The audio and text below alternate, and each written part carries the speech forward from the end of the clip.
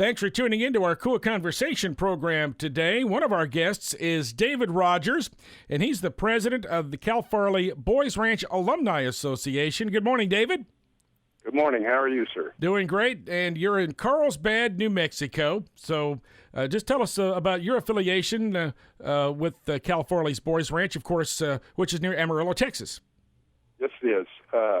I'm the current president of the Alumni Association in my second year, currently in my second year with the association. And tell us about when you went to Cal Farley's Ranch. I went to Cal Farley's June 17th, 1962, and I was a resident there until May 22nd of 1970 after I graduated from high school. Basically, I was 10 years old and left when I was 18, so Cal Farley's Boys Ranch, they raised me. And tell us what you do now. Currently, I'm a retired federal agent. I did 28 years in federal law enforcement and retired about 2 years ago. Well, I hope retirement's treating you well. I'm having a ball. Great. All right, so just talk about your experiences at the ranch and how they developed you into the man you became. Well, of course, I went there after a tragedy, a family tragedy. And like I said earlier, Boys Ranch raised me and instilled, who I am today, my morals. One of the things that Cal Farley's did back then, and they continue to do today, is they teach young men and now young girls, first of all, work ethic. They give them an education, and they teach them about the Bible and who the Lord is. So you take all three of those, and you raise a young child with discipline and show that there's consequences for your actions. They're able to do quite a bit, with young people. And I've been doing so obviously for well over 50 years. 75 years. Wow. Yeah. Boys Ranch was started in 1939 by Cal Farley, and he had a board of directors, but basically Cal Farley started the Boys Ranch. And out on the banks of the Canadian River, a rancher by the name of Julian Bivens gave Cal Farley, I believe it's a little under 200 acres, and it's the old town of Old Tascosa. And so there's still one building that's still there today, the old courthouse. So that's how Boys Ranch was started, and throughout the years, it's funded by strictly donations, and there's, I think the estimate is about 9,000 young men and women have come through Cal Farley's over the 75 years. And talk about the role of the Alumni Association. The Alumni Association started basically 50 years ago, and we have grown into an organization now where we help one another. We have a database where we can keep in contact with a lot of former ranchers, and we support. Sometimes people hit a hard time in their life. One of the things we have is a crisis support fund where we can help somebody out, get them back on their feet. We have a scholarship program, which we currently have 9 children of alumni or grandchildren who want to continue their education, and we can provide currently $1,000 per semester for the first 2 semesters of college. Another thing we have a foundation that we're working on getting it up to where, someday our goal is to be self-sufficient. So, once we get that endowed, we'll be able to help a lot more people. But we basically look out for one another. What's your goal for the foundation endowment? Well, originally, we wanted $1 million. We wanted 1,000 alumnus to give $1,000 to the foundation, and that would give us $1 million. And, we've looked at that again this past year, and basically we said, with $4 million, we could be totally self-supported. We could fund our scholarship program, our crisis program, the different endeavors that we get into. So we're looking at $4 million now, and we're accepting all types of contributions to that. And of course, Cal Farley's Boys Ranch, you accept children from all 50 states. Absolutely, yes. Well, let's talk about how folks can, if they are interested in helping out your foundation endowment, how they can do that. Well, we have what we call our partnership, and basically what that is the $1,000. We have a program set up if somebody wanted to contribute to. It's called Legacy Partners is the name of it. If you look it up on our webpage, but if a person wanted to give us $1,000, they would be a legacy partner. And we have it set up to where you could do a bank draft, a $20 a month bank draft for 5 years. And over the 5-year period, at the end of the 5-year period, we would have $1,000 from individuals that would want to contribute to the legacy partners. We also have another foundation who has made a commitment for the next 5 years to us, and we currently have a committee that we go out and we do a presentation to different foundations that might possibly be interested in contributing over a 5 or 10-year period to us. But we also have several people who give different amounts monthly, different contributions. But we have a web page. It's called Cal Farley's Boys Ranch Alumni Association, and anyone that wants to give a donation, you can look on that web page, and we've got it set up to where we can, make it real easy on people. Got a Facebook page too, I hope? Yes, there's a Facebook page attached to it. Yes, there is. All right, so lots of social media contacts for Cal Farley's Boys Ranch, either through the ranch itself or the Alumni Association. So, David, thanks for joining us this morning, and good luck in your continued effort to get that endowment up to that $4 million mark. And we wish you and the folks at Cal Farley the best of luck. Thanks a lot. Thank you very much, sir.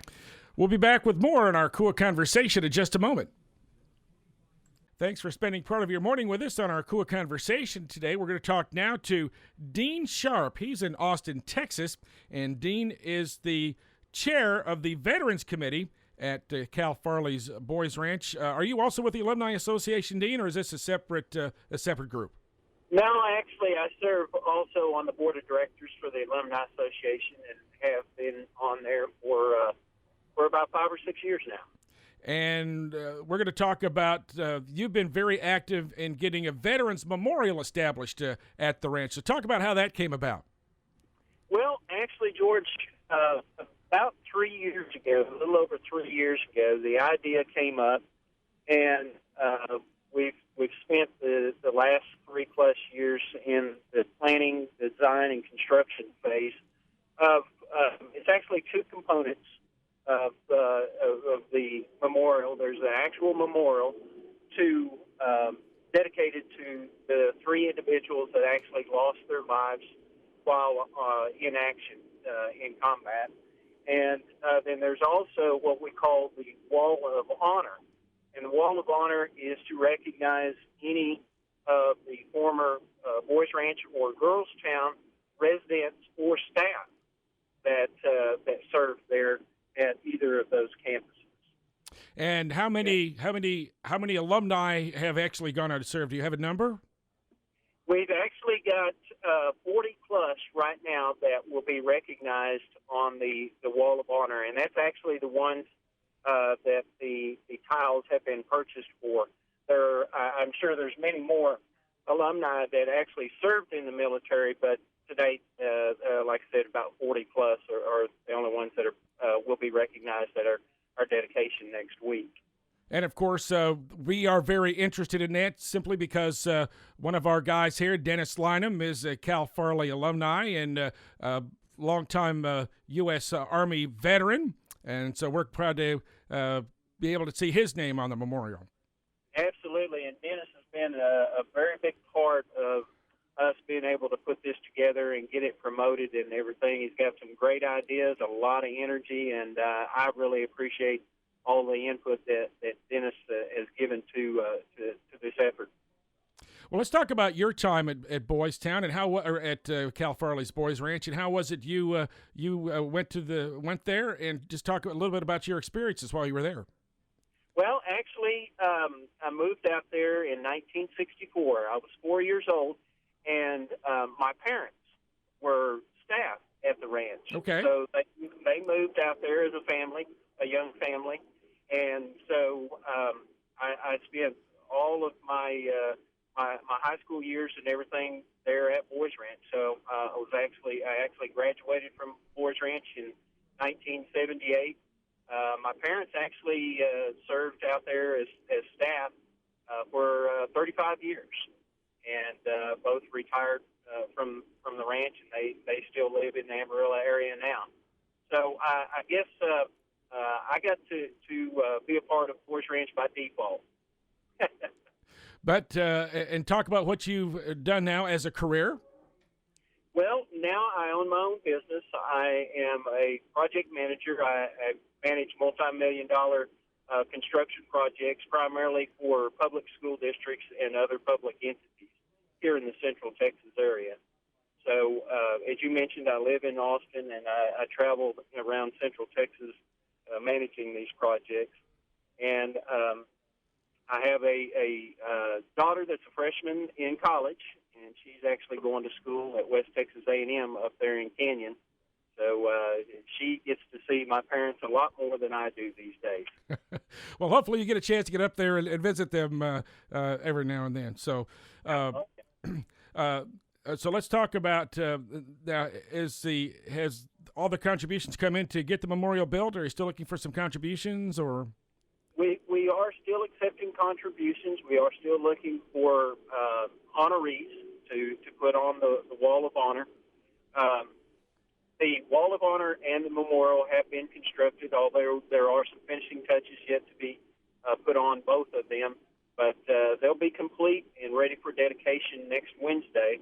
And we are having a dedication event at 2 o'clock next Wednesday there at Boys Ranch Cemetery, where the memorial and Wall of Honor are located. And hopefully, George, we could get you some pictures, and y'all could post that on your website as well. I bet we make that happen. So can you talk about the three veterans who lost their lives? Are you familiar with their backgrounds? Yes, I am. There's actually three of them. Dean Warren, he actually was the first one that lost his life. He actually lost his life in Vietnam in 1968. And then another young man that served in the Vietnam War, Quentin Polk. Quentin was killed in December of 1969. And then a young man by the name of Raphael, who went by TJ Carrillo. He was actually in the Army, and he lost his life in Iraq in June of 2005. And so those three individuals will actually be memorialized on the centerpiece of our memorial, which is a piece of granite, and we'll have their names inscribed there and have a picture on the ceramic tile of each of those three individuals. And like I said, we really want to memorialize them for them giving their lives to protect our country. And I'm sure we'll see some photos on the website for Cal Farley. And as we mentioned, we'll hopefully get some of them posted on our website as well. But, for folks that might be traveling through the panhandle of Texas, if they just want to drop by and check out the ranch and check out the memorial, I'm sure they'll be able to do that. Absolutely. Our memorial and Wall of Honor is actually located at the Boys Ranch Cemetery, which is at the entrance to the old Boot Hill Cemetery, more or less as you come into the ranch.